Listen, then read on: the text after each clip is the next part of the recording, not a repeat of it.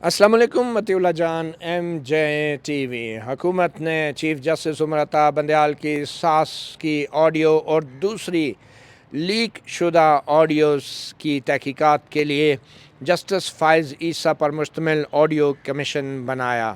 उस कमीशन के ख़िलाफ़ आइनी दरख्वास्तें डाली गईं और उन आइनी दरख्वास्तों की समाअत के लिए चीफ जस्टिस उमर अता बंदयाल ने 5 रुकनी बेंच अपने मर्ज़ी के जजों का तश्कील दे दिया। और आज हुकूमत की तरफ से attorney general barrister Mansoor Usman ने चीफ जस्टिस के सामने रोस्ट्रम पर खड़े होकर ये एतराज़ कर दिया कि जनाब चीफ जस्टिस साहब, आप ये केस नहीं सुन सकते क्योंकि आपकी सास साहिबा की ऑडियो उस ऑडियो लीक्स कमीशन के सामने ज़ेर समाअत है कि जिस कमीशन के ख़िलाफ़ ये आइनी दरख्वास्तें दायर की गई हैं। मगर चीफ जस्टिस उमर अता बंदयाल ने इस एतराज़ को, हुकूमती एतराज़ को, अटॉर्नी जनरल फॉर पाकिस्तान के एतराज़ को फ़ौरी तौर पे इस पे कोई रद्द अमल नहीं दिया और कहा कि हम मुनासिब मौके पर इस पर भी गौर करेंगे, मगर फ़िलहाल ये बताया जाए कि हुकूमत पाकिस्तान ने चीफ जस्टिस के मशवरे के बग़ैर सुप्रीम कोर्ट के ही एक जज को बराह रास्त एक अदालती कमीशन के लिए कैसे नामज़द कर दिया। और बज़ाहिर अफसोस के साथ ये कहना पड़ता है कि हुकूमत ने जानते बूझते हुए या बेध्यानी में सुप्रीम कोर्ट के जजों में तकसीम डालने की कोशिश की है, फूट डालने की कोशिश की है। Attorney general barrister Mansoor Usman Awan ने कहा कि हुकूमत के सामने ये नुक्ता नज़र था कि चूँकि ये अदालती कमीशन उन ऑडियोज़ लीक्स की तहकीकात कर रहा है कि जिनमें चीफ जस्टिस, मोहतरम चीफ जस्टिस की सास साहिबा की ऑडियो भी शामिल है, तो इसलिए चीफ जस्टिस से मशवरा नहीं मांगा गया। चीफ जस्टिस उमर अता बंदयाल का मौक़िफ़ था कि इसके बावजूद भी ये फ़ैसला ख़ुद उन्होंने करना था कि अगर ऐसा मामला है तो क्या चीफ जस्टिस ने कोई जज कमीशन के लिए नामज़द करना है, या वो चीफ जस्टिस किसी और जज को भी कह सकते थे कि वो ये नामज़द कर देते, मगर ये फ़ैसला हुकूमत ने नहीं, चीफ जस्टिस ने करना था। बहरहाल आज 5 रुकनी बेंच ने दरख्वास्त गुज़ारों के दलाइल सुने और चीफ जस्टिस उमर अता बंदयाल ने ऐसी दरख्वास्तों की समाअत की जिन दरख्वास्तों में ऑडियो टेप्स के हवाले से बनाए गए कमीशन को चैलेंज किया गया था और ये बराह रास्त मामला था चीफ जस्टिस की सास साहिबा का कि जो एक ऑडियो टेप के अंदर ऑडियो लीक्स जो हैं मुबैना तौर पे उनमें अपनी एक साथी राफ़िया तारिक, ख्वाजा तारिक रहीम की अहलिया को ये कह रही थी कि ये कमबख्त मार्शल भी नहीं लगाते। बज़ाहिर दोनों ख़वातीन जो हैं इमरान ख़ान की हिमायत में गुफ्तगू कर रही थी और अपनी एंग्ज़ाइटी का, इज़्तिराब का इज़हार कर रही थी कि जो कुछ तहरीक इंसाफ के साथ हो रहा था और इस्टेब्लिशमेंट के ख़िलाफ़ बातें हो रही थी। माजबिन नून चीफ जस्टिस की सास साहिबा, उनको ये कहते सुना गया कि ये कमबख्त मार्शल भी नहीं लगाते और ख्वाजा तारिक रहीम की अहलिया राफ़िया तारिक को ये कहते सुना गया कि मैंने उमर से कहा, यानी चीफ जस्टिस उमर अता बंदयाल से कहा कि आप भी लाहौर के जलसे में मौजूद थी और लाखों लोग आपको दुआएं दे रहे हैं। यानी कि चीफ जस्टिस उमर अता बंदयाल की सास साहिबा न सिर्फ ये जलसे में मौजूद थी मगर इस ऑडियो टेप के मुताबिक वो गुस्से का इजहार कर रही थी कि ये अगर इलेक्शन नहीं करा रहे 14 मई को ये हुकूमत, तो फिर मार्शल लगना चाहिए, मगर ये कमबख्त मार्शल नहीं लगाते। इतना कुछ होने के बाद वफाकी हुकूमत ने जब जस्टिस फ़ाइज़ ईसा को ऑडियो लीक्स कमीशन का सरबराह बना दिया, उस कमीशन को चैलेंज किया गया और दिलचस्प बात यह है कि चैलेंज करने वाले ख़ुद एडवोकेट आबिद ज़ुबैरी, उन्होंने ज़ाती हैसियत में चैलेंज किया और इस दरख्वास्त के ऊपर अपने नाम के साथ सदर सुप्रीम कोर्ट बार का ओहदा नहीं लिखा बल्कि अपनी वल्दियत ज़ाहिर की। सो ये ज़ाती हैसियत में, और ये ख़ुद इनकी भी एक ऑडियो लीक हुई थी। ये भी साबिक़ वज़ीर आला पंजाब परवेज़ इलाही से गुफ्तगू फरमा रहे थे और उससे तासुर ये मिल रहा था कि शायद सुप्रीम कोर्ट में ये अपने मर्ज़ी के बेंच बनवाते हैं। तो मगर ये आ गए हैं मफाद आमा की एक दरख्वास्त लेके। अब मालूम नहीं ये मफाद आमा है या मफाद अम्मा, मगर आज कुछ दलाइल सुनने के बाद और अटॉर्नी जनरल के एतराज़ात के बावजूद चीफ जस्टिस उमर अता बंदयाल और दूसरे 4 जजेस ने फ़ैसला महफूज किया है और ये फ़ैसला किसी वक्त भी आ सकता है। ये फ़ैसला क्या होगा, वैसे तो सबको पता है।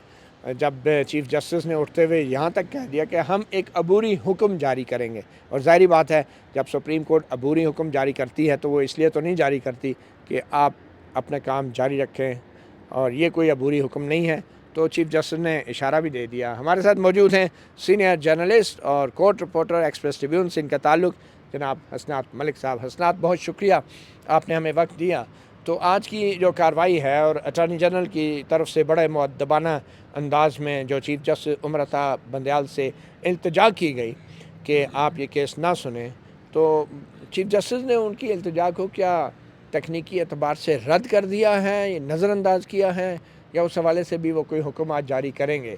और शायद हो सकता है वो दस्तबरदार भी हो जाएं, मगर ऑडियो टेप्स कमीशन की कार्रवाई को सस्पेंड करने के बाद, मुअत्तल करने के बाद वो शायद खुद इस बेंच से दस्तबरदार हो जाए। क्या लग रहा है आपको?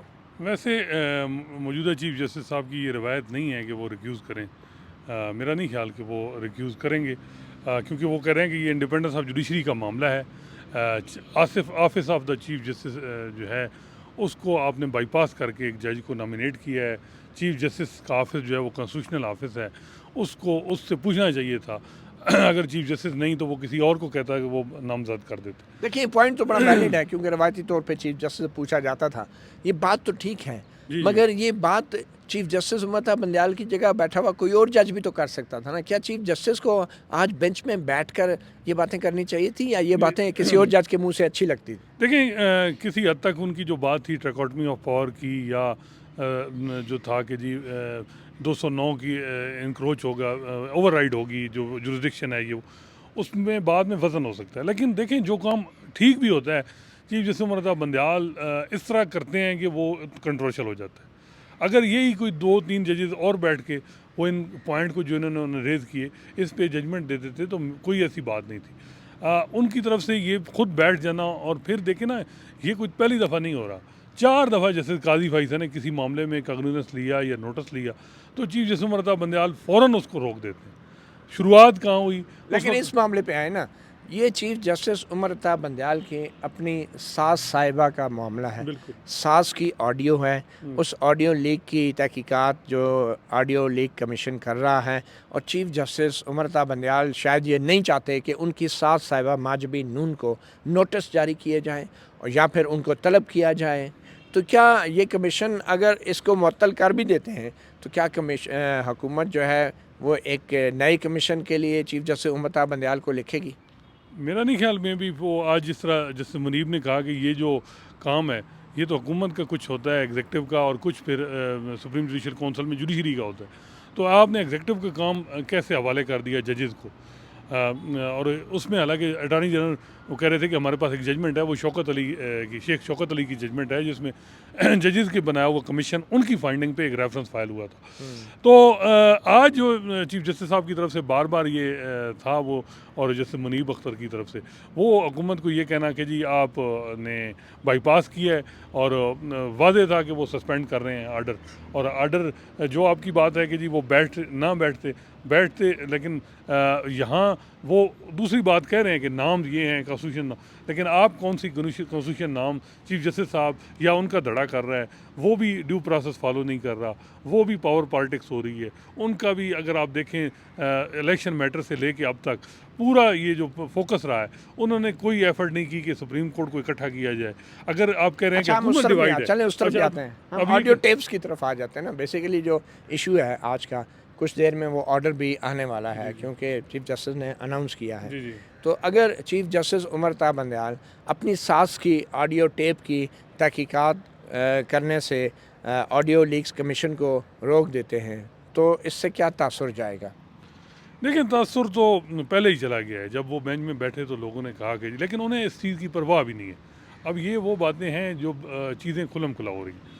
इसी वजह से हालांकि जस्टिस काजी फाइसा के बहुत से जो हामी वकला थे और उनके, वो भी ये बात कर रहे थे कि जस्टिस काजी फाइसा चीफ जस्टिस बनने से पहले इस किस्म के मैटर में वो ना बैठे इंक्वायरी कमीशन। हुकूमत ने अपना जो भी वो कह रहे थे कि जी हुकूमत ने डिवाइड करने के लिए एफर्ट यूज़ किए, लेकिन जैसे काजी फैसल ने खुद ही समझा, वो बैठ गए। अब जो चीफ जस्टिस साहब बैठ गए, वो फिर ये होगा कि जी ये अदलिया की तकसीम डिवाइड है और जस्टिस काजी फैसल के ख़िलाफ़ ये किया गया है। और ये तो मेरा ख्याल है कानून आइन की बात अब करना फजूल है मेरा ख्याल है। 4 महीने से अब पावर पॉलिटिक्स चलेंगे, कोर्ट रिपोर्टरों का कोई काम चलने दें, कानून आइन की बात होने दें, नहीं, वरना लेकिन अब इधर भी दूसरा रिपोर्टर आ जाएंगे। लेकिन 4 महीने से आपके ख्याल में क्या यहाँ कुछ हो रहा है जो अब कॉन्स्टिट्यूशन नाम हो बात तो रही सही। अच्छा, एक बड़ी दिलचस्प बात हुई है कि सुप्रीम दुनिया में कहीं भी अदालत में, और ख़ास तौर पे सुप्रीम कोर्ट का जब कोई जज आता है कमरा अदालत में, तो वो केस जो है वो तैयारी करके नहीं आता। मगर आज चीफ जस्टिस उम्मत बंदयाल ने उन्होंने कहा कि जनाब अटॉर्नी जनरल के सामने चीफ जस्टिस उम्मत बंदयाल ने दलाइल देना शुरू कर दिए अपनी सास साहिबा के हक़ में। अब वो सास साहिबा अब वो सास साहिबा के हक़ में कैसे दलाइल दिए? उन्होंने कहा कि जनाब ये चीफ जस्टिस के मशवरे के बगैर कमीशन जो है नहीं बनाया जा सकता था, और ये कि मैं 5 फैसले लेकर आया हूँ अटॉर्नी जनरल साहब आपको देने के लिए, मैं तैयारी करके आया हूँ, मैं पढ़ के आया हूँ, यानी कि मैं अपना जहन बनाकर कमरा अदालत में आया हूँ। जितनी भी आयात पढ़ लें कुरान की, हल्फ उठा लें कि हम तो बड़े ओपन माइंड के साथ आते हैं। तो आज चीफ जस्टिस उम्मत बंदयाल ने खुद एतराफ़ किया खुली अदालत में, वो ये केस पढ़ के आए हैं, तैयारी करके आए हैं, और वो बाकायदा दलाइल दे रहे थे। तो जब दलाइल जो है जज जो है अपनी सास के हक़ में या रिश्तेदार के हक़ में जब मुनसफ़ की सीट पर बैठ के दलाइल देना शुरू कर दे और उस हवाले से फ़ैसले भी पेश करे हुकूमत के अटॉर्नी जनरल को, तो फिर आप क्या कहेंगे? इसको ये माइंड बना के आए? बिल्कुल माइंड तो कल जब बेंच अनाउंस ही हो गया और जब आबिद ज़ुबैरी साहब ने अर्ली हियरिंग, और वो वादे हो गया था कि ये सस्पेंड हो जाएगा। अच्छा, मज़े की बात है अक्टूबर में पटिशन फाइल हुई इमरान खान साहब की तरफ से कि जी सुप्रीम कोर्ट को कमीशन बनाए, प्रोब करे कि ये कौन कर। अक्टूबर से लेके अब तक चीफ जस्टिस साहब ने वो मैटर लगाया ही नहीं। अब अगर किसी ने हुकूमत ने कागज़ ले लिया है तो आप कहते हैं जी आप क्यों हैं, हमारे ये मामला ये ट्रैकआउट, तो आपके पास 6 महीने से एक पटिशन पड़ी थी तो आपने टेकअप करनी थी। आज आपको जब हुकूमत ने या जैसे काजी फैसल ने ये मामला उठाया तो अब आप कहते हैं जी, तो मेरा ख्याल है हर दफ़ा लेट कर जाते हैं चीफ जस्टिस साहब, और लेकिन फिर भी वो डोमिनेट है क्योंकि chief justice is the master of roster, और वो आइन कानून तो नहीं है, बस एक जजमेंट है मुनीब साहब की, मास्टर ऑफ रोस्टर है, तो वो मास्टर ऑफ द रोस्टर और मास्टर ऑफ द सर्कस में फ़र्क तो होना चाहिए। लेकिन वो अब जो भी हो रहा है अब उस बुनियाद पे हो रहा है जो तकरीबन धड़ाबंदी की बुनियाद, धड़ेबंदी, और चीफ जस्टिस अपनी पूरी जो है वो ठीक ठाक अपने पावर का इस्तेमाल कर रहे हैं और वो कानून आइन ज़ाब्तों का कोई लिहाज नहीं कर रहे। और सिर्फ वजह यह है कि सुप्रीम कोर्ट के किसी जज को हटाया नहीं जा सकता इतनी आसानी से, और सुप्रीम कोर्ट के जज को हटाने के लिए अगर कोई शिकायत या रेफरेंस आएगा भी तो वो इन्हीं चीफ जस्टिस के सामने ही आएगा, किसी और के सामने वो जा ही नहीं सकता। हम अगर किसी मामले को एफबीआर भेज दें, वहाँ जो कुछ एफबीआर में उसकी फैमिली के साथ होता रहे वो हमने भेजा है, लेकिन हुकूमत कुछ नहीं कर सकती। हालांकि हुकूमत ने इनके अपने ब्रदर जज को मामला भेजा। अब chief justice Islamabad high court हैं, बलूचिस्तान हाई कोर्ट के चीफ जस्टिस हैं, जस्टिस काजी फैसल हैं, तो इसमें कौन सी कबात थी? मेरा ख्याल है कि आज चीफ जस्टिस साहब को इंडोर्स करना चाहिए था और बैकिंग करनी चाहिए थी कमीशन को, लेकिन मिसट्रस्ट इतना ज़्यादा है, उनको खौफ है या जो भी वो मेरा ख्याल है वो उसकी वजह ये है कि जो 3 साल जो कुछ होता रहा है वो ये होता है कि हमने जो कुछ किया, मे भी अब वहाँ दूसरी साइड भी हमारे साथ करे, और दूसरी साइड से भी ये भी आया कि 2 बूढ़ी ख़वातीन हैं उनके लिए हम स्टेटमेंट रिकॉर्ड करने के लिए लाहौर जाएंगे, तो जो रिप्ले था उस रिप्ले का खौफ भी था। फिर साकिब निसार सबके दलदादा वो जब आएंगे कमीशन के सामने और वो इंक्वायरी और ओपन कोर्ट में जब ये सारा कोई कमीशन में सारों के कच्चे चट्टे खोल देंगे। अगर उनके खिलाफ किसी ने बात की ना, कोई रिकॉर्ड पे आई, तो कहेंगे फिर उमरत बंदयाल साहब को भी बुलाओ, गुलजार साहब को भी बुलाओ, पनामा बेंच में क्या हुआ। तो इसलिए साकिब निसार साहब को भी प्रोटेक्ट करना शायद बहुत ज़रूरी है। बिल्कुल, साकिब निसार जो हैं वो 2017 के बाद जितनी जुडिशल इंजीनियरिंग हुई है यहाँ पॉलिटिकल इंजीनियरिंग, उसका मेन वो थे करैक्टर थे। अब उसके बाद और उनके बड़े एहसानात हैं, किसी को उन्होंने जूनियर से इधर लेके आए हैं, फिर अब उनके बेटे को मुनासिब नहीं है ना कि कमीशन के सामने खड़ा और ओपन कोर्ट में ओपन हो प्रोसीडिंग और हर कोई रिकॉर्ड कर रहा हो। ये हमारे पीछे हसनात साहब में बहुत खूबसूरत सुनहरा तराजू लगा है और उस पर लिखा है फ़ाकुम बैनन नास से बिलहक के, मतलब लोगों में इंसाफ करो, और तराजू के पलड़े हम देख रहे हैं। इस वक्त सूरत हाल ये है कि मुनसिफ ने तराजू पकड़ा भी हुआ है और ख़ुद भी एक पलड़े में बैठ गया है, तो वज़न तो उसी का भारी होगा ना जिसमें मुनसिफ खुद बैठ जाएगा। जो यानी कि ये होगा कि अगर मैं बेंच बनाता हूँ फिर भी इतराज़ आएगा कि जी कमीशन इन्होंने बेंच क्यों बनाया, ये तो खुद कन्फ्लिक्ट है। तो फिर फुल कोर्ट बना दें। फुल कोर्ट या वो अनाउंस कर दें कोई और जज बेंच बना दें, असल में full फायज ईसा साहब को कह दें कि वो बेंच बना दें। कोर्ट तो supreme court practice and procedure act में जो चीफ जस्टिस साहब ने बनाया वो 8 रुकनी है। अब उनकी नज़र में 8 जज हैं सुप्रीम कोर्ट में, दूसरे 2-2 मरले के केस सुनते रहेंगे। बाकी जब कॉन्स्टिट्यूशन केस आएगा वो 8 जज होंगे। बहरहाल चीफ जस्टिस उमर अता बंदयाल ने यह भी कहा कि अदलिया की आज़ादी का तकाजा है। आइन के आर्टिकल 175(3) को पढ़ें मोहतरम, और उसमें ट्राइकॉटमी ऑफ पावर है, इदारों के अपने अपने अख्तियारात हैं। और जैसे मुनीब बार बार जैसे मंसूर अली शाह की मिनॉरिटी जजमेंट का हवाला वो दे क्या रहे, वाक़या था? आर्टिकल 14 का वो कह रहे थे कि ये जो प्राइवेसी है ये एब्सोल्यूट है और बार है, इस तरह की फ़ोन टैपिंग गलत है। और जैसे मंसूर अली शाह की जजमेंट पढ़े, और बात यही थी कि उस नहीं, वक्त लेकिन इसका पस मंज़र मैं ज़रा बताता चलूँ ना।